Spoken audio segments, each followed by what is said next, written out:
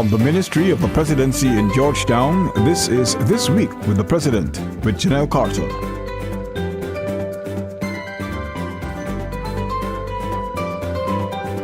Welcome to another edition of This Week with the President, a weekly news magazine which provides you with an in-depth look at the policies, programs, and work of the President of Guyana in his quest to realize the good life for all Guyanese. I'm your host, Janelle Carter.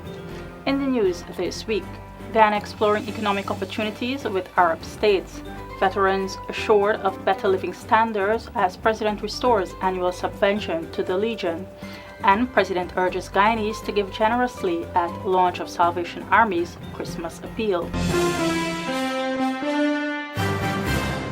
Guyana's recent participation at the 4th Summit of the Arab and South American countries has placed the country on a good footing to explore economic opportunities with some of the largest states in the Arab world.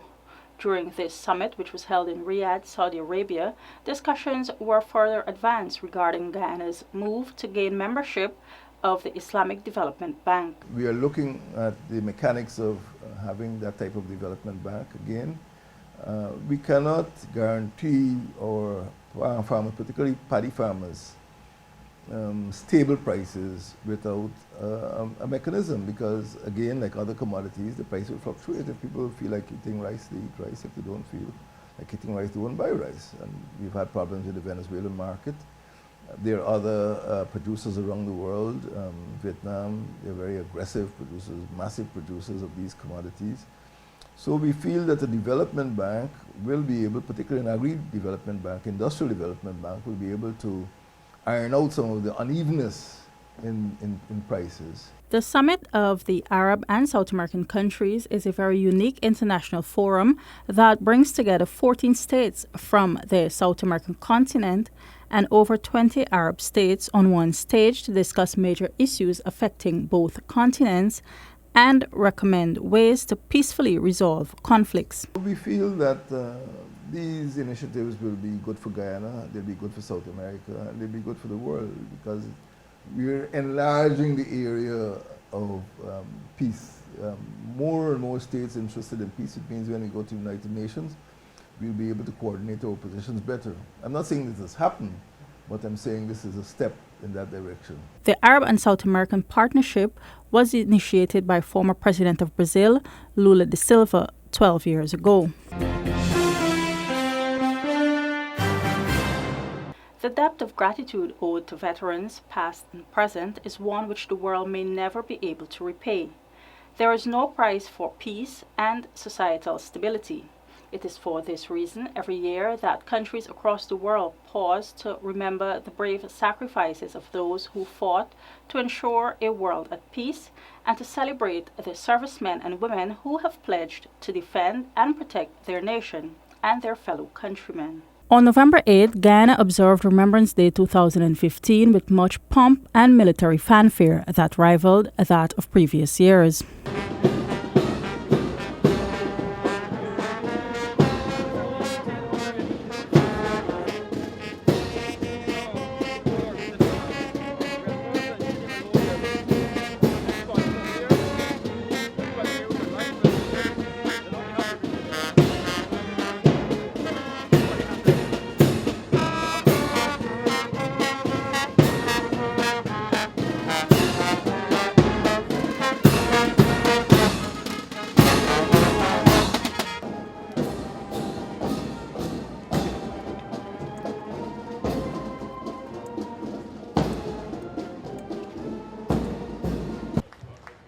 Ladies and gentlemen, we're now witnessing the arrival of His Excellency, the President of the Cooperative Republic of Guyana, Brigadier David Granger.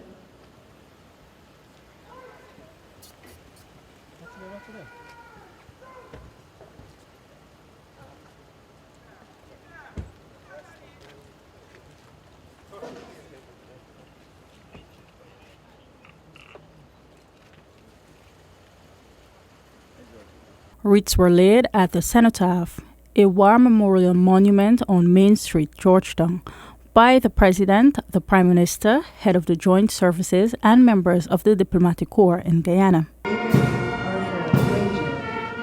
the first wreath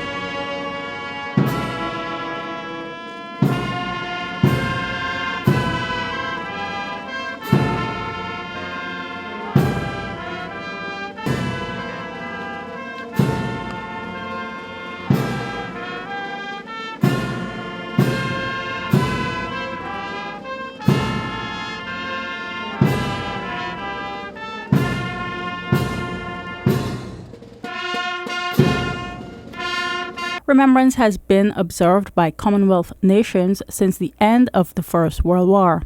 By remembering the sacrifices of brave servicemen and women, it is hoped that current and future generations will strive to preserve the peace that they fought for. We are forever indebted to them for their supreme sacrifice in the cause of peace and freedom. We also recall with gratitude those who, through the years, have made similar personal sacrifices in the continuing struggle for human dignity, social justice, and freedom from all forms of oppression. Their example strengthens our resolve to maintain our efforts for a world at peace, a world with justice and prosperity for all people. Let us remember also those Guyanese who, since independence, have died in the service of our nation. Let us thank those who continue to defend our territory and our patrimony.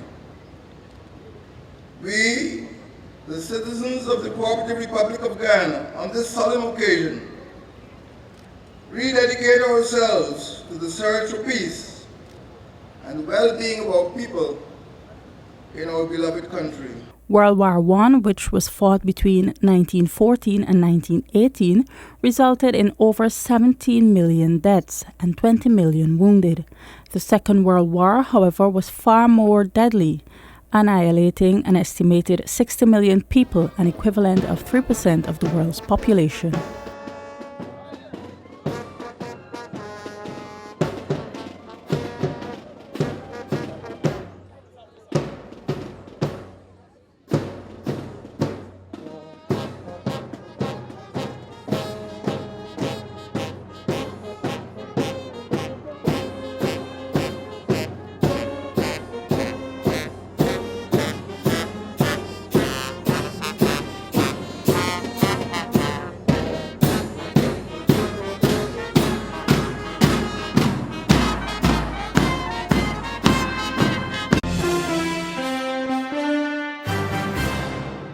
Meanwhile, veterans in Guyana were assured of the government's commitment to ensure that they enjoy a better standard of living, and serving members of the joint services were promised dignified retirement packages, as President Granger announced the return of the annual subvention for the Guyana Veterans Legion. This announcement was made at the Remembrance Day reception organized by the Legion following the wreath-laying ceremony at the Cenotaph. We are serious about the quality of life of all Guyanese citizens, and we are aware of your special contribution to our country.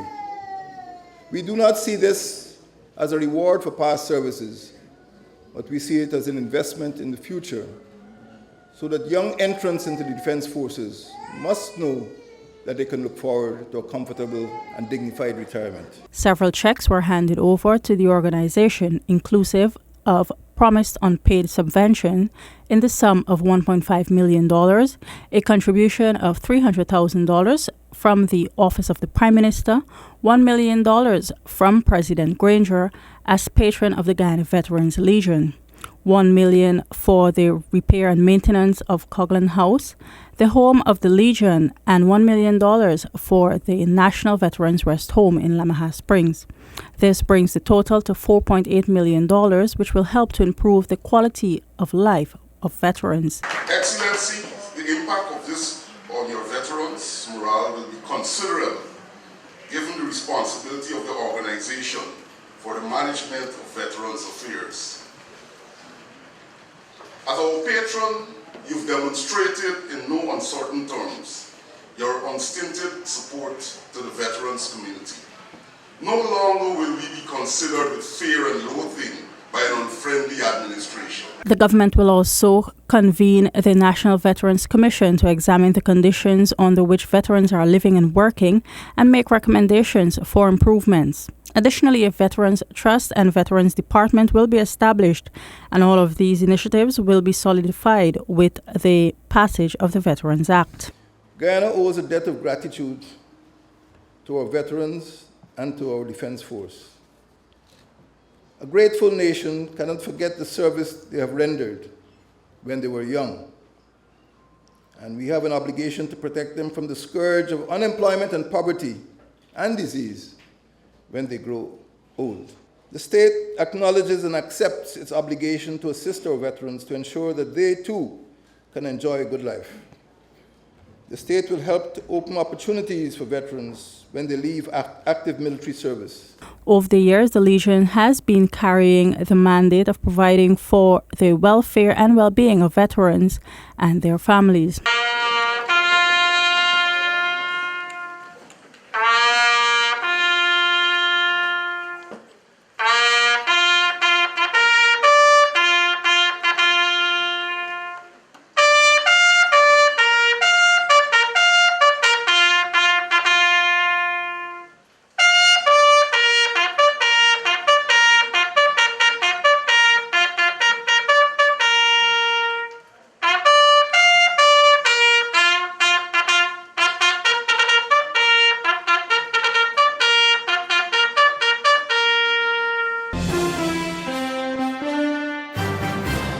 The presence of the Salvation Army's Christmas kettles at strategic points around the city is synonymous with the Christmas season. On Friday, President David Granger deposited the first donation at the official launch of the organization's annual Christmas appeal.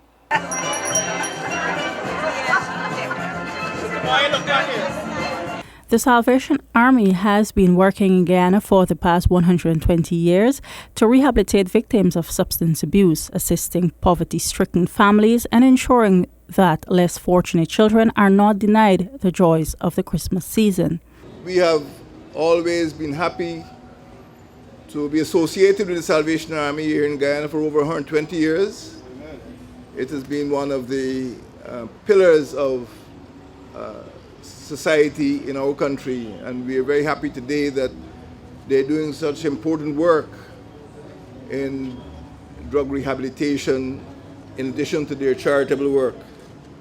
So I'd like to take this opportunity not only to usher in the campaign, but also to record the gratitude of the nation to the work that the Salvation Army has been doing for over 120 years in our country. Mr. President, we are indeed happy that you are here because your presence provides additional credibility to the Salvation Army. Your advocacy of this fundraiser gives the notion of honesty, decency, integrity, which are hallmarks of the Salvation Army. Funds raised through donations made at the Christmas Kettle, together with other sources of funds, help provide direct, compassionate, and hands-on service thousands of people each year in Guyana. The President reminded of the spirit of the season and urged citizens to give generously to the organization this year as it endeavored to spread Christmas cheer to the less fortunate. Thanks for staying with us. What does the President do all week? Let's take a look inside his diary. During the last week, President Granger and First Lady Mr. Sandra Granger hosted a graduation ceremony for participants of the Self-Reliance and Success in Business workshop at State House. 28 women and 5 men received certificates after taking part in a program aimed at empowering them to start up small businesses or improve on their existing business ventures. I'm very happy to say that I have received promises of more support so that we will be able to expand the reach of these workshops to other women, particularly in the other regions of Guyana. And we are in discussion with Interweave Solutions, Mr. Wayne Barrow, who put the idea to me back in August, to continue out into the hinterland regions, Berbice, Essequibo, and so on. On September 7th, the President and the First Lady were the guests of honor at the radio's Needy Children's Fund annual dinner. The RNCF is a 61-year-old organization that has been catering to the needs of less fortunate children throughout Guyana. The President was also paid a courtesy call by British High Commissioner Greg Quinn, during which discussions were held on support for the security sector and British aid for infrastructural development to Guyana in the coming months. The that brings us to the end of this edition of This Week with the President. Thank you for joining us. For regular updates on the Ministry of the Presidency, go to our website www.motp.gov.gy. Like our Facebook page, Ministry of the Presidency, and follow us on Twitter and Instagram at MOTP Guyana. I'm Janelle Carter. Do have a safe and productive week ahead. Goodbye.